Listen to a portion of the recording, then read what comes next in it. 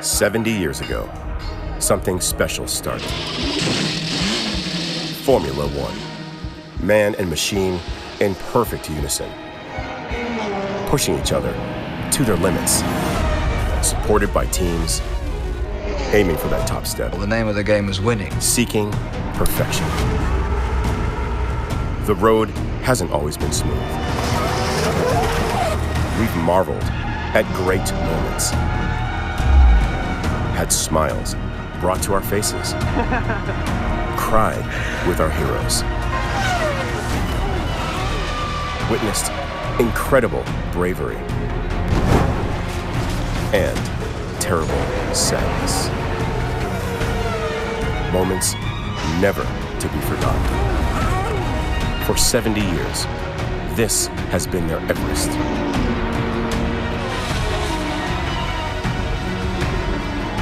This is what makes them special.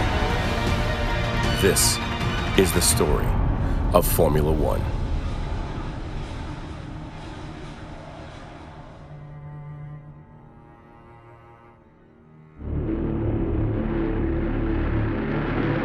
The new racetrack at Mount Fuji, scene of the last Formula One Grand Prix of 1976, and the one which was to decide the World Championship. The promoters had billed it as a battle of the giants between Austria's Niki Lauda and 29-year-old James Hunt of Britain. I was the master of the drivers fighting for safety all the time. And we discussed the Nürburgring race in that season in Long Beach before.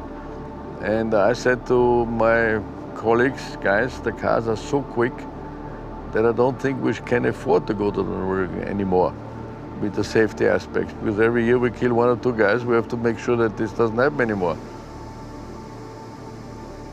And then the majority of the 5 drivers said, yes, we should go because they invested so much money what we have asked them to do. And then I agreed.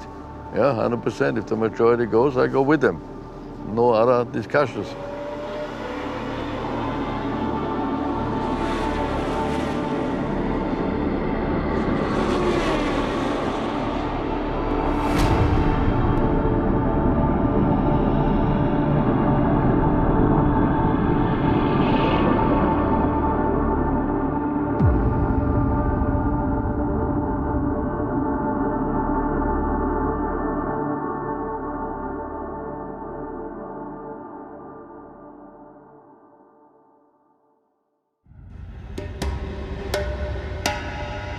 If you tried to condense the championship, you'd think Niki good in the first half, then virtually dying at the German Grand Prix, heroic, miraculous recovery, and James Hunt then, having lost the British Grand Prix, winning these races leading up to Japan and having the momentum going into that race.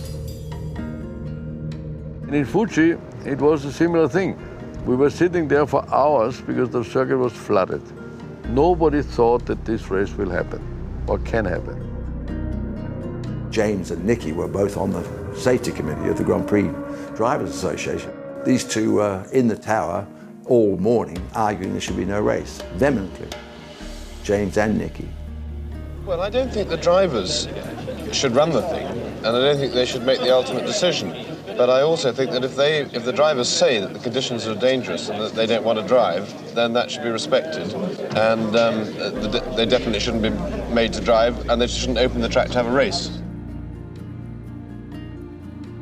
I said, James, this is madness. You know, we can't have the race, you can't win the championship. Oh, no, I'm general champion. No. Can't possibly race, it's far too wet. James didn't want to drive in the race in Japan. And it was Alistair Corwell who said to him, you sit down in the car, you be quiet, and you drive. That's it. Bernie was there trying to get the race run for the TV, and I was trying to get the race run for the obvious reason that we couldn't win the championship unless we had the race. And then suddenly at 4 in the afternoon, the race director came and said, we're going to start the race. But nothing has changed. Television. Nothing to do with the race. We had a television contract. Simple. We said the race is going to start at this time, and that's what time it started. And although, I mean, it happened 2 or 3 times, I think before and since then, when people had said we shouldn't race and we shouldn't do this and we shouldn't do that. And I said, well, this is what we've agreed to do, we're going to do it. So we started the race. It's hard to imagine now, but in 1976, the promoters paid the broadcasters to actually come along and shoot the race. And it was becoming evidently more and more exciting, and particularly getting to the end of the year when there was 1 point in it. All of a sudden, the broadcasters looked around and said, oh, we actually haven't got the race. And a certain man jumped up and said, you're right, you haven't got it. But I'll let you have it, providing you broadcast every race next year.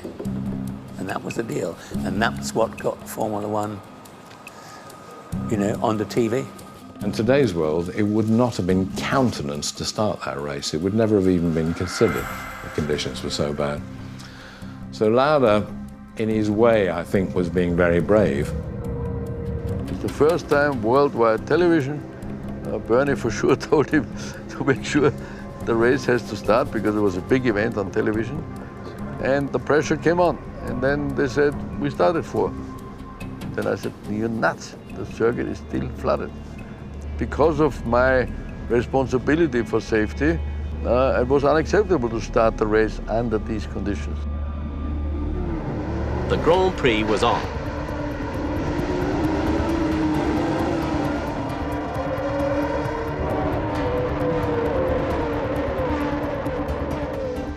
As well as the thousands of Japanese fans, other spectators with a personal interest watched the start.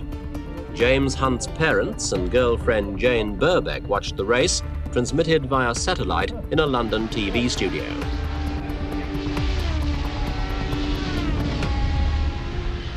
At the end of the long pitch straight, and I think James was first into turn 1 and I was behind him. Then coming down at the end of the first flying lap going to the second lap, I hit this lake. I mean, I could have taken a fishing rod and caught a trout in it, it was that big. And the car just spun, I mean, aquaplane spun or whatever, sort of gathered it all up and continued on. But the conditions, the visibility in the early phase of the race, I doubt a race would be started in those type of conditions today.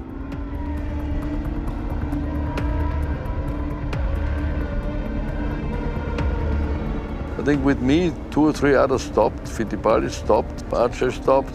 So it was not only me, but in the condition of the decision, it was a disaster to start to race. Therefore, I pulled out. So Forghieri went to him.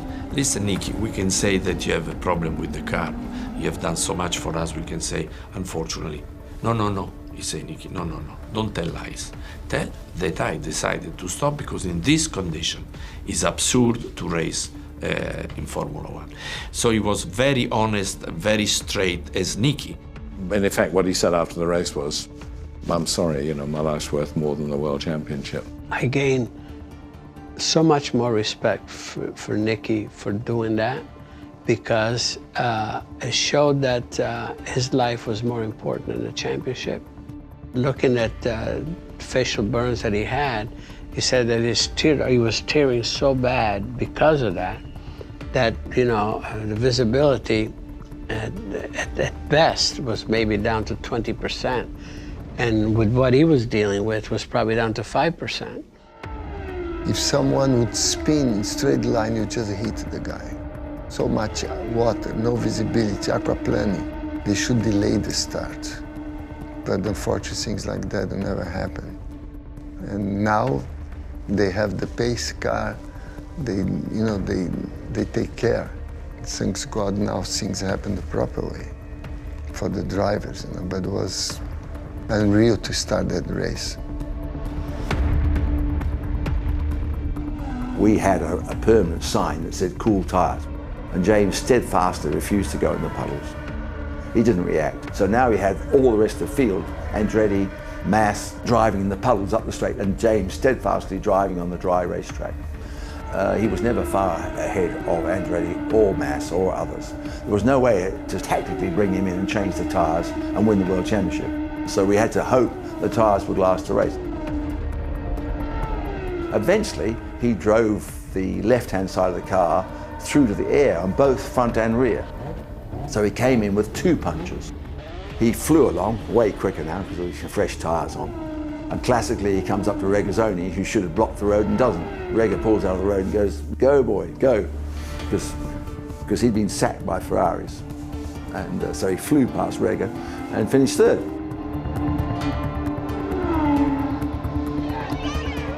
When he first went out, he was 8th, so we put on the board P8. Next time he was 5th, we put P5. The next lap he was 3rd, we put P3. And when he finished on the last lap, we put P1 because he was world champion. He paid not the slightest bit of attention to any of this information. The one thing that springs to mind that's most in my memory is James not knowing whether he'd won the World Championship or not after the race until he came in the pits and they told him he was the champion. Give me a drink, give me a drink, give me a drink. James. Fantastic. Thank you. Did we really win? It was Frank Williams that told James in the pit lane, "Calm down, James, calm down. You've just become world champion." And James was drinking Coke at the time. I think he did, all came back out again. He fought his way through. He had a very difficult race because he nearly did not win, finishing in the right position, but he made it, and that's it. So for me it was okay, because I have to honestly say, if you're objective, I didn't lose the race like everybody thinks in Japan. I lost the race because I had a huge accident and didn't race for 3 or 4 races. This is the main reason. But nevertheless, I was happy that he won it. I was sad for Lauda, but actually I don't think Lauda himself is terribly sad about it. I think Lauda was perfectly happy with his own decision, and because he and James were so fond of each other, he was said immediately, if anybody else was going to win it, I would have wanted it to be James. We partied hard, yeah, there was plenty of alcohol and lots of misbehaving going on. We had some other race teams in the hotel who we got on well with, Tyrrells and Lotus and Brabhams, and so we all got on well. So we had a big party, yeah. And James, I think, it took James a long time to recover. It was an elated James Hunt who flew into London Airport, where he showed one of his prizes to reporters. And that's your prize? Yeah, that's what you get for winning the World Championship.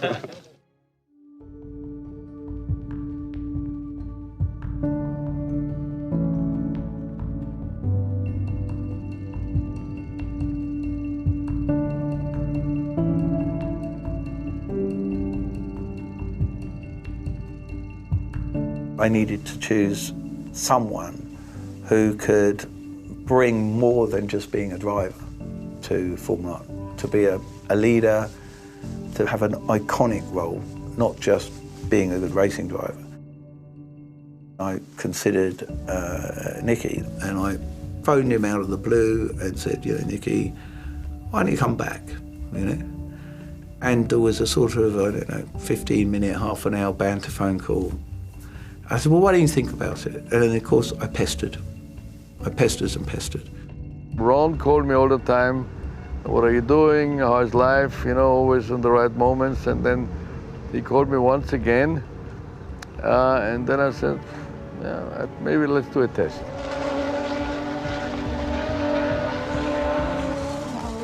Then I went to Donington and did another test after I cleared my negative feelings towards Formula 1.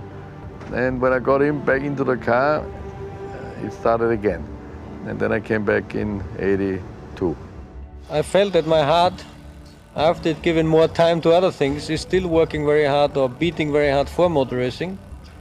And as I have not driven for 2 years, my personal challenge is to see where I would end up coming back into motor racing, and that's what I'm going to do.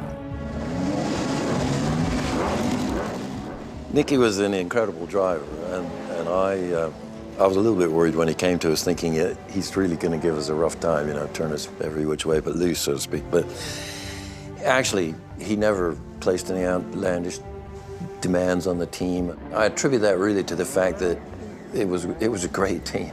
We had fantastic resources, down to Ron Dennis, really, and we never wanted for anything, and so Nicky always had the best of everything. There was nothing really to complain about. Then Ron took the opportunity to get Prost, because Prost was the best guy at the time. And then suddenly I had Prost in my car, which I developed. The year before, I developed this fantastic turbocharged TAC McLaren. He was just worried that Prost was the new boy, he was the future, and Ron's blue-eyed boy, and he was going to get all the attention and blah, blah, blah. Nicky was, I was a big fan. I saw him, you know, driving. I mean, he was one of my idols when I was younger, so it started well, you know. And then I thought in the beginning, fine, Prost comes, little Frenchman, well, I blow him off. This is a normal attitude.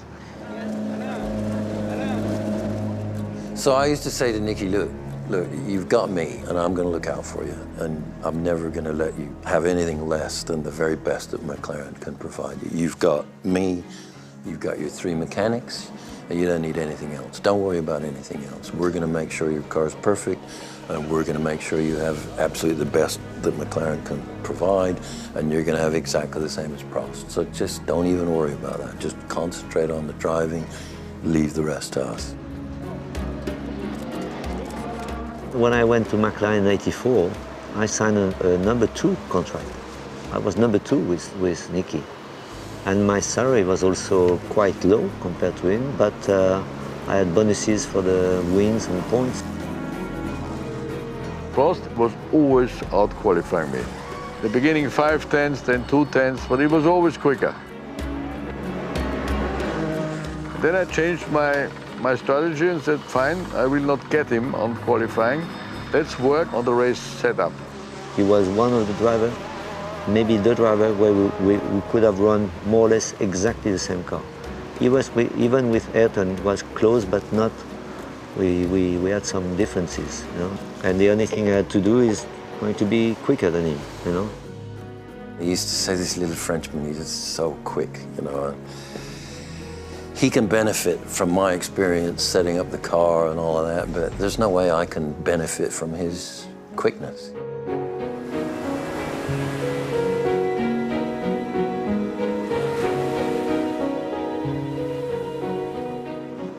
So we were going through that year, and I remember we arrived at Dijon. And by now, you know, you're almost halfway through the season, French Grand Prix. Prost was leading by something like 17 points. And Nicky said to me, come on right out to the circuit with me. So on the way out, he said, you know, I'm trying as hard as I can. I'm doing everything possible to beat this little Frenchman, but he is just so good and he's just so quick. And he said, but I am not going to give up. I'm going to try even harder. He said, I'm going to win this race, and I'm going to win the World Championship. And I thought, Christ, that's a tall order. You're going to win this race and the World Championship? Well, he did win that race, fortuitously, because Prost had a little mechanical problem. Just the iron-willed determination was absolutely incredible. I was trying very hard because I wanted to win that race because I was short of points, so it seems that our car was, especially in the beginning of the race, going very well, and I could charge along and then finally win.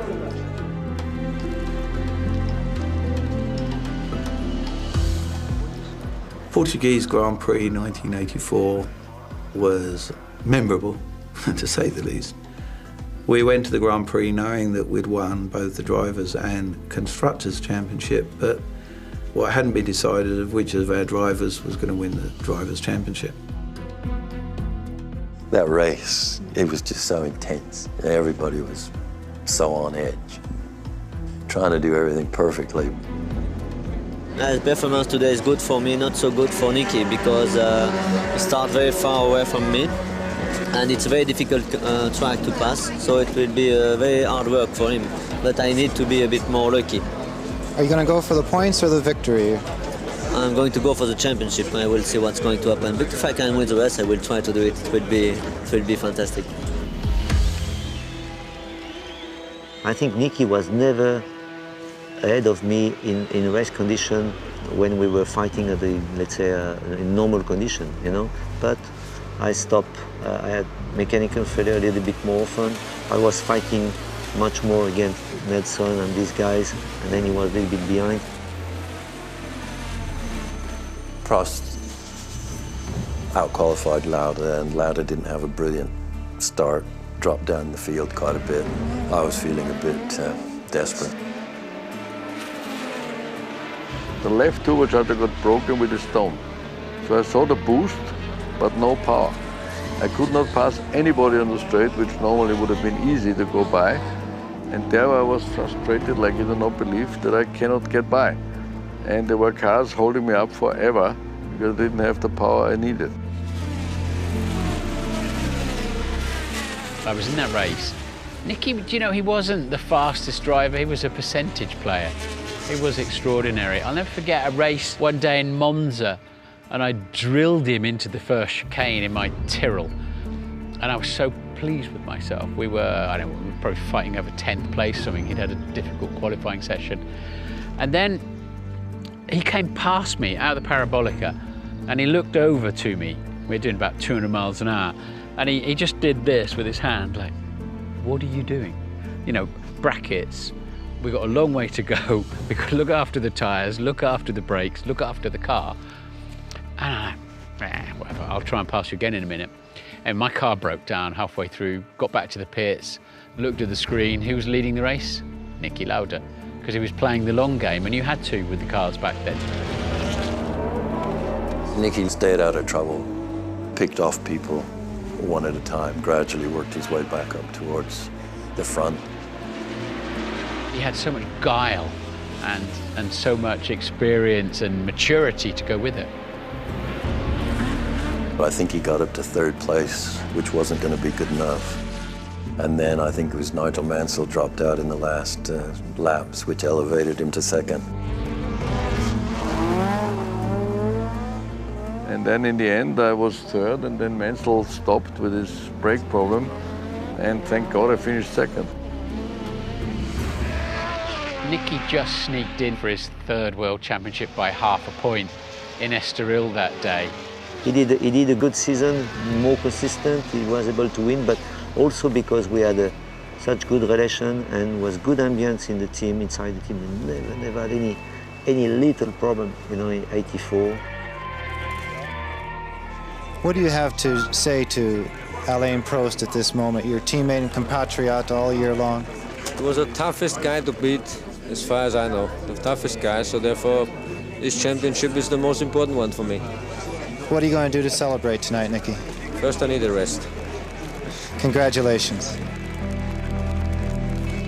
I lost the championship for half a point, but after all the interviews and everything, we are going to drink together with Niki and we're going to think about next year. That's the best thing. I lost championship this year, but I did a fantastic season.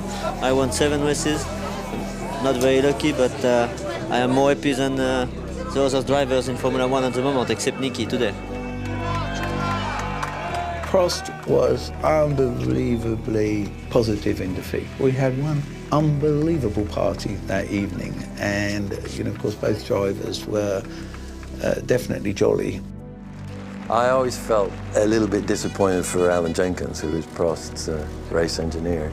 Everybody was just elated, but inevitably Alan Jenkins and Alain Prost and his 3 mechanics were the only people in the team that were a little bit disappointed. I remember when I came back in the hotel saying, am I going to win one championship one day?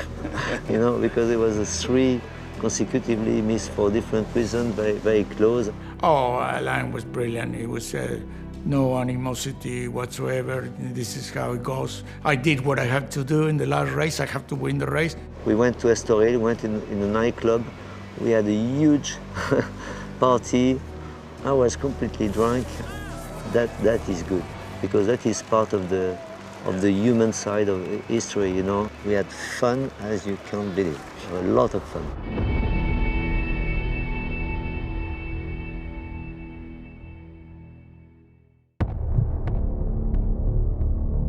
By the time we got to Adelaide in '86, I think we were all ready for a 5-year holiday because it had been so political, so difficult, such a tough year. Obviously, Frank's accident in March, very, very serious accident from which he emerged, but there was a time when we thought we might lose him as well. Nigel, reasonably comfortable on points lead, with Nelson a few points away, and then Prost right behind Nelson. And when you think of the standard that Nelson was, that shows how good Nigel was too. In any one race, there were 6 or 7 drivers that could still win. But I knew I was one of the 6 or 7. That's all you can ask for when you're competing. If you can be one of the 6 or 7 in a competitive package, that you have a chance. It's down to you on the day. And I think that's what was so exciting about that era in Formula One. '86 was my best season.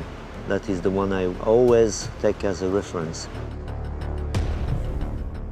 It all started badly when Nelson did an interview with Playboy Brazil, in which he was asked about the differences between him and Nigel, and he said, well, the difference is I've got beautiful girlfriends, he's got an ugly wife.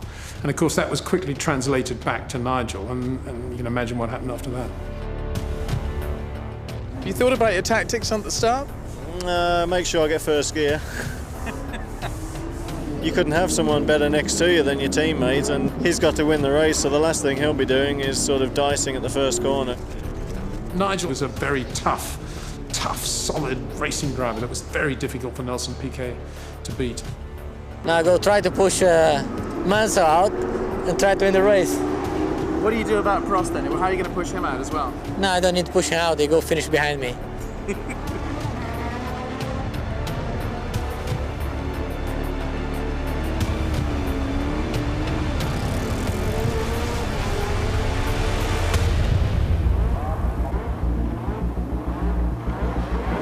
Nelson, Piquet and Mansell together, and it's go, and a superb start from Nigel Mansell. Senna goes through to second place ahead of Piquet.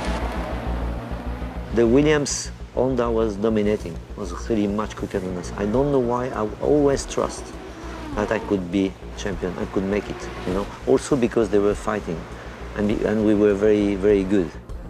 The early phase of that race was all about Nigel driving within himself. He'd got the pole, so we knew how quick he was, he knew how quick he could be, but it was all about, I'm going to finish third.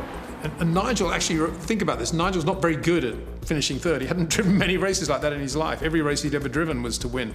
So it's not an easy thing, actually, but he did it really well. And whenever there was pressure behind him, he just let the guy go, whether it be Nelson. And Keke Rosberg was really quick at the start, and it didn't finish. Rosberg out! Keke Rosberg is out! We knew that we are going to have some tires problem. And I was a little bit lucky for one reason. We have done a fantastic practice on Friday and Saturday. We knew that we could not do the whole race with the tires. And we had planned a stop. Nobody knew except the team and the Goodyear people at the time. There was a question mark as to whether we should bring them in for tires or not. And I remember the Goodyear engineer coming up to Patrick, and I was standing right next to Patrick, and said, we've just seen the tires of the Arrows, they're perfect. Don't bring Nigel in, he can do the race. Because a pit stop was always a risk. I had the cushion to make a stop. I did radio in, I'm coming for tyres, and they said, no, stay out. You know, I was really comfortable with the pace. You know, they assured me the tyres were okay. I didn't have any vibration on the tyres either, because if I'd had any vibration, I would have come straight in. I think it was with 17 or 18 laps to go. I remember going down the main straight and not too far behind Prost, and just pulled out, and I think we were about 220 miles an hour, and then the explosion happened at the back of the car with the tyre letting go. And look at that! Out that, and colossally, that's Mansell!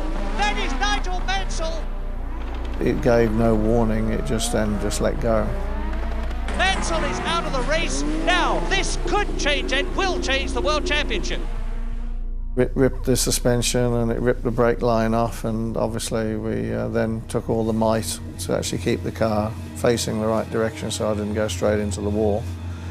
And obviously that was that championship done. Lost the championship by 1 point, so yeah, it's a pretty tough day.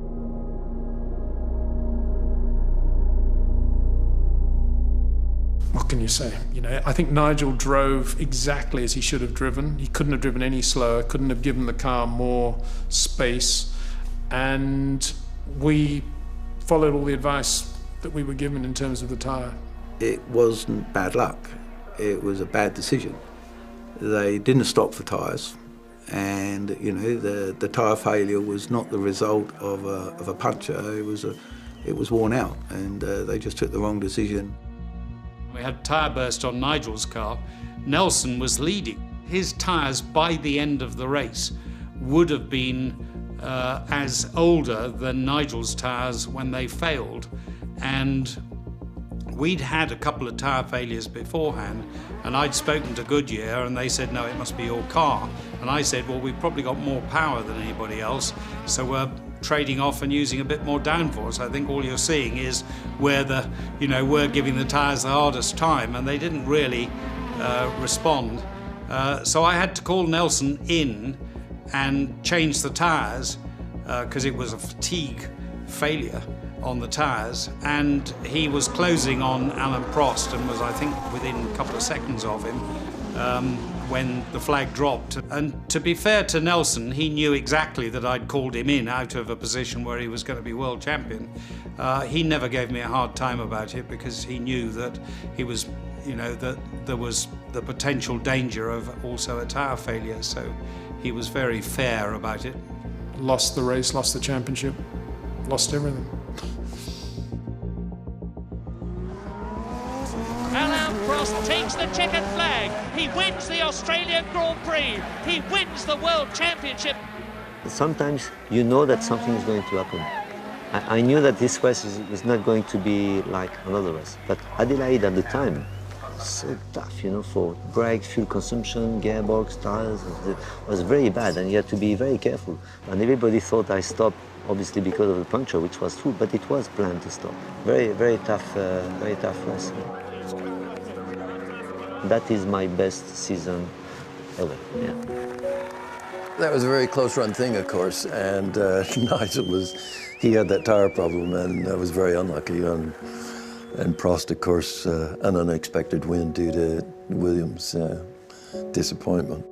Afterwards, yeah, you feel horrendous packing up, going home, looking down at the McLaren garage, all the cheering and the drinking of champagne, and at that moment, that's when you think, do you really want to do Formula One? I mean, it was early days, wasn't it, for technology and all sorts of things then. And obviously hindsight being 2020, we should have made that pit stop regardless of the risk, and we should have had a new pair of boots on, and then we probably would have gone on and won the World Championship. But it was a very bitter pill. Obviously the closest I've ever come to becoming a world champion. And mentally it was really, really tough. That winter was probably the hardest winters, or one of them I've had.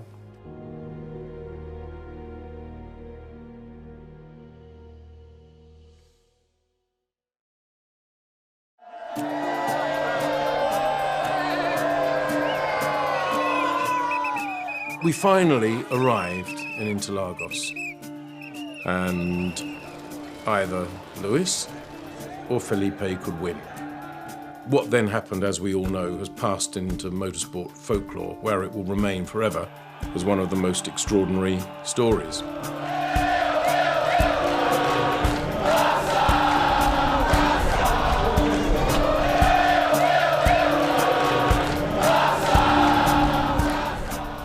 I was on pole 2006, 2007, 2008.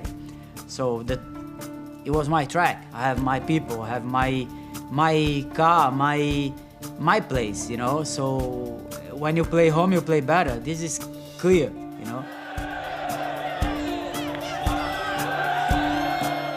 We were in Brazil, where I was fighting a Brazilian driver. So I was not the most popular person there. And so to block all that out and stay focused and do a good job was definitely not easy, I think, on my young shoulders at the time. This is what racing is all about, and I come here with the approach to win, but if I know in my mind that I don't have to, which it's just I guess it's just a positive in the back of your mind.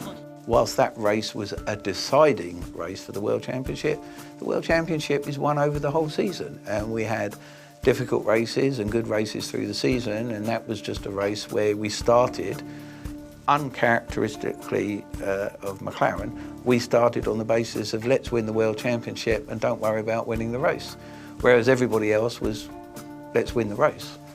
So it's a very different thing. It's a very cat and mouse experience. My approach is like always. I mean, I have nothing to lose. I'm second, I'm 7 points behind.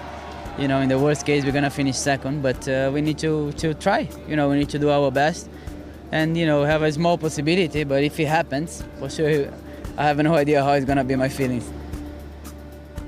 You know, there's so much that happened in the first year, which was, and then to get to the end of the year and lose the championship by 1 point, it was so hard for me to forgive myself for China.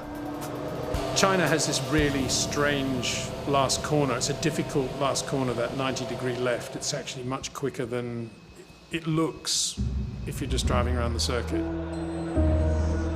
And then beyond that, you've got that pit lane entry with it's very easy just to go flat out into that first part of that, and then you brake hard for the left in the pit lane.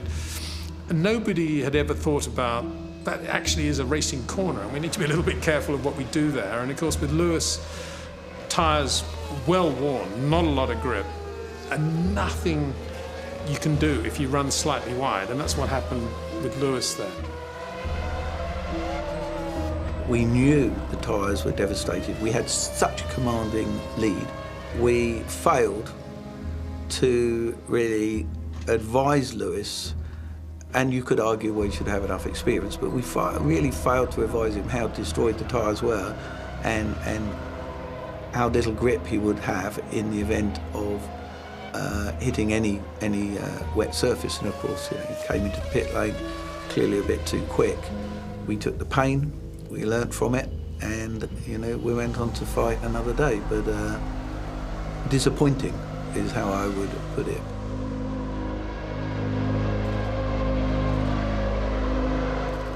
You could say it was a rookie mistake, obviously first time at Shanghai, but it cost him the championship, in effect, that race. And so then it all went down to Brazil.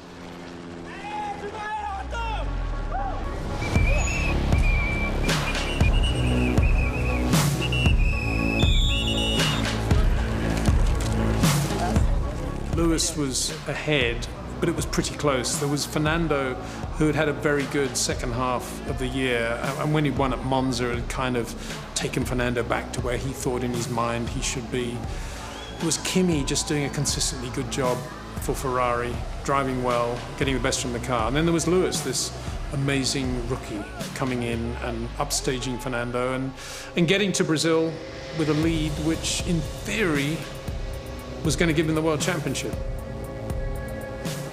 The feeling in your gut of dropping to rock bottom, your heart sinking to rock bottom, was horrible that year. I felt horrible. I mean, I didn't sleep through the weekend. Brazil was just always tricky because the weather's up and down. Sometimes it's roasting, and the Ferrari's always the quickest in hot conditions. And if it's raining, it's mixed. Sometimes it's intermediate, sometimes it's extremes. So it's very, very, very hard to judge. We had what we subsequently determined was a hydraulic problem with the gear shift. It was actually a small piece of metallic debris that had got into one of the control valves where they have very, very fine ports and had disrupted the behaviour of this valve, so the car would no longer change gear. After 25 seconds, this bit of debris presumably washed its way through the valve, and the valve cleared and started working normally. Lewis only missed the championship in 2007 because it was 25 seconds. If it had been 20, he would have been okay. He would have made up the places.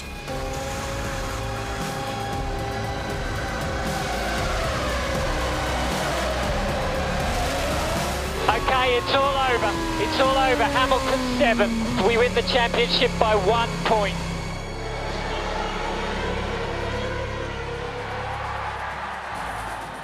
You know, when you really feel like the current's going against you, it's really, really important just to stand tall, keep your chest up, keep pushing, try and utilize the people around you, try to stay positive if you can. And, you know, I was really, really lucky. I had my dad, I had my family around me who helped me do that.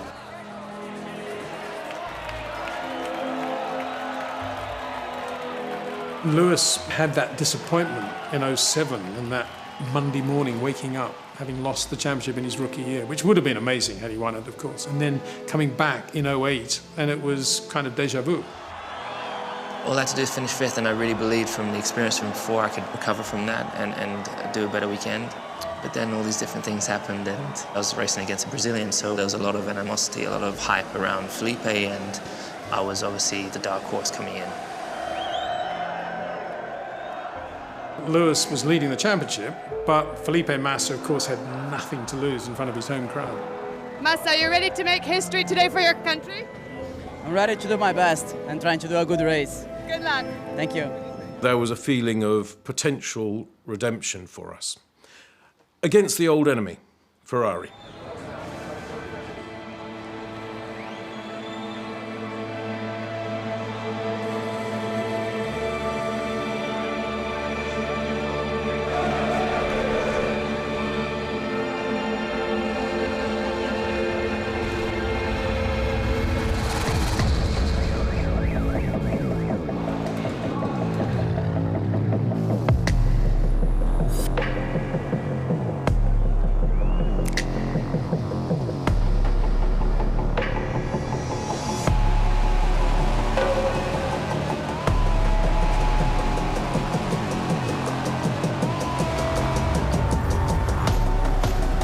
All through the race, we were pacing ourselves and trying to ensure that we would, finish ahead in points.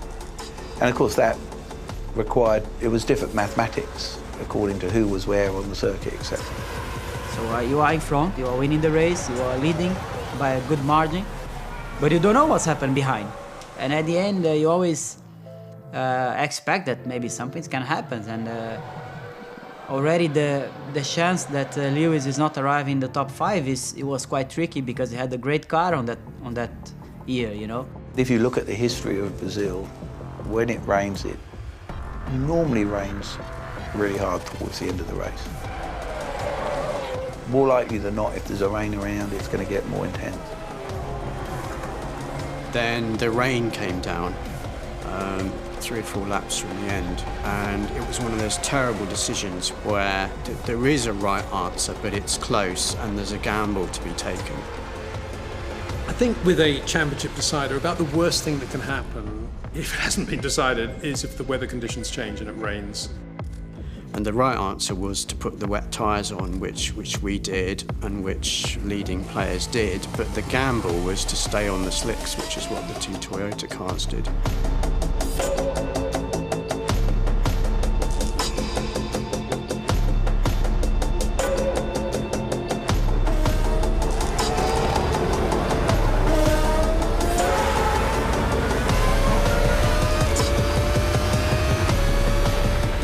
They said, you're doing a great job, you're doing a fantastic, you keep like that. Maybe we'll have a chance. Lewis is 5th, or Lewis is, maybe it can happen with him, something can happen with him, so concentrate and don't think back. Think to the front, forward and not back. Lewis was 6th. He was just behind Vettel in the Toro Rosso. I only had to finish 5th to win this championship, and I was in 6th for so long. I could see my championship fading and fading and fading. I was actually down opposite Ferrari at this moment when it all started to unravel. And I was glued to the TV, glued to Lewis, trying to recover the necessary positions. And it was desperate because it wasn't happening. And it became clear to us that probably Lewis wasn't going to be able to pass Vettel, and therefore that he wasn't going to be able to be 5th. And that therefore Ferrari and Felipe Massa were going to be champions. At that moment, I wanted to stop Formula One. I was going to give up Formula One because this was going to be a 2nd year in a row missing a championship by a fraction. And the sheer effort of a season and what you have to put on to compete is indescribable. But imagine that mountain of effort. When you lose a championship, you just know you have to go and do that all over again. It's a very, very difficult moment, I would say. And here we were facing another one. So I was going to give up. That was it. I can't do this anymore.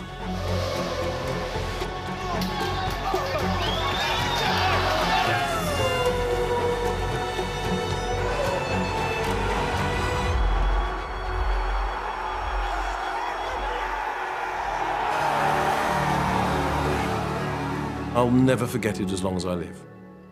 Then, suddenly, almost at exactly the same time, we all realised, looking at the timing screens and the TV monitors, that there was a Toyota not only going slowly, but going extremely slowly ahead, Timo Glock. Timo Glock has inherited track position because he hasn't stopped. And he's on slicks, and he's a bit squirrely, and he's all over the place. And there's a reasonable chance that by the last lap, or maybe the second last lap, or maybe the lap after the checkered flag, Lewis is going to be on Timo Glock. And suddenly we realised that not only Vettel, but Vettel and Lewis were both going to pass. I find it impossible to talk about without getting emotional. I had decided before the Glock moment that I would get back to our pits. I didn't want to be hanging out with Ferrari people. And it was all a big throng behind their pit wall at that moment. And I had to actually dive through this crowd of people to get back to the McLaren area. And as I popped out of this crowd of press, I saw the big screen and saw the Glock moment, thought, we did it. Pandemonium. We just rushed past each other, rushed into the pit lane and onto the pit wall in time to see it finish in that way.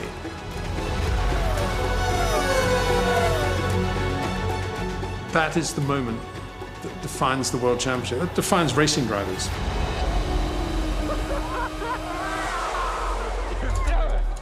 Felipe Massa had already passed the finish line and was celebrating the World Championship. As was his father, as was his entire team, not realising what was happening a few hundred yards behind him. And when he did realise, the disappointment in the Ferrari camp I can't almost conceive of. You know, the famous picture on the TV, you couldn't capture in any other better example, that sort of going from elation to despair. It was, I don't know if I'd ever be able to fully explain it, but it was terrifying and exciting and emotional.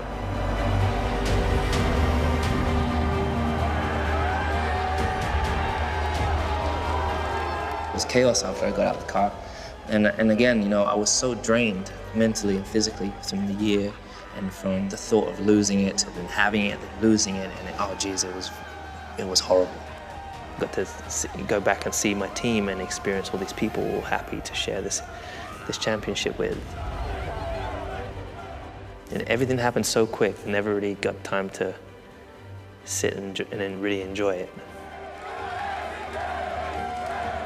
I remember pulling up in the pit lane, the team telling me Lewis Hamilton has won the World Championships. Came in, stopped just behind him, got out my car, and as I went to walk away from my car to congratulate Lewis, I turned around and the old girl was on fire. She had caught fire, which was a great send-off for that car, it really was. Walked up to Lewis and yeah, just said, congratulations, mate.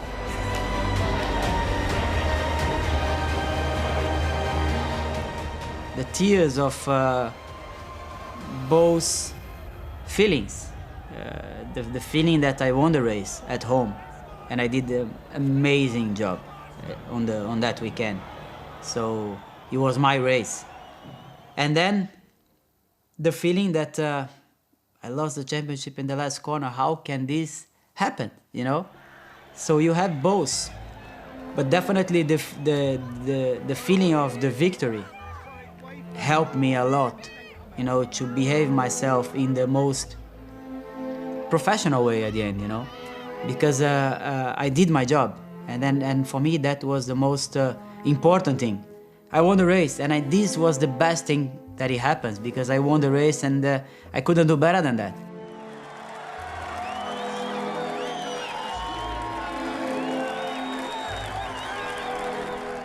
Of course, we all wept for Felipe Massa, the swing of emotions, and everything Felipe did that day. He did it to perfection, won the race from the pole, perfect win, perfect day at the races, except for one thing. Lewis also drove perfectly under pressure, under amazing pressure to win that championship. On that situation, or in the last corner of of the race, of the last race of the championship, you know. It was something really insane. I'm really proud and to live here with the victory at home, almost with the championship. But you know, that's racing. People, if they believe there was any luck in that race, they were completely mistaken. It was a calculated risk. We knew that we had to be in a good position on tyres at the end of the race. It nearly went wrong, but it didn't go wrong. But then when I arrived in the garage, and suddenly Rob Smedley entering in the room, and he started to hug me, and he started to cry, and I couldn't really, and then I started to cry massively. I couldn't stop crying. It took really a long time to stop this emotion, but it was also good because it was something that, I mean, you know, throwing away, you know, like something that he was feeling, which was not so great, but it was a good moment that I will never forget. Anthony, it's the moment you've been dreaming of for so many years. Anthony, just put into words your emotions right now. What can I say? I can't say anything. Oh. Just tell us about the tension of those final few laps, Anthony. Yeah. I really can't find any words.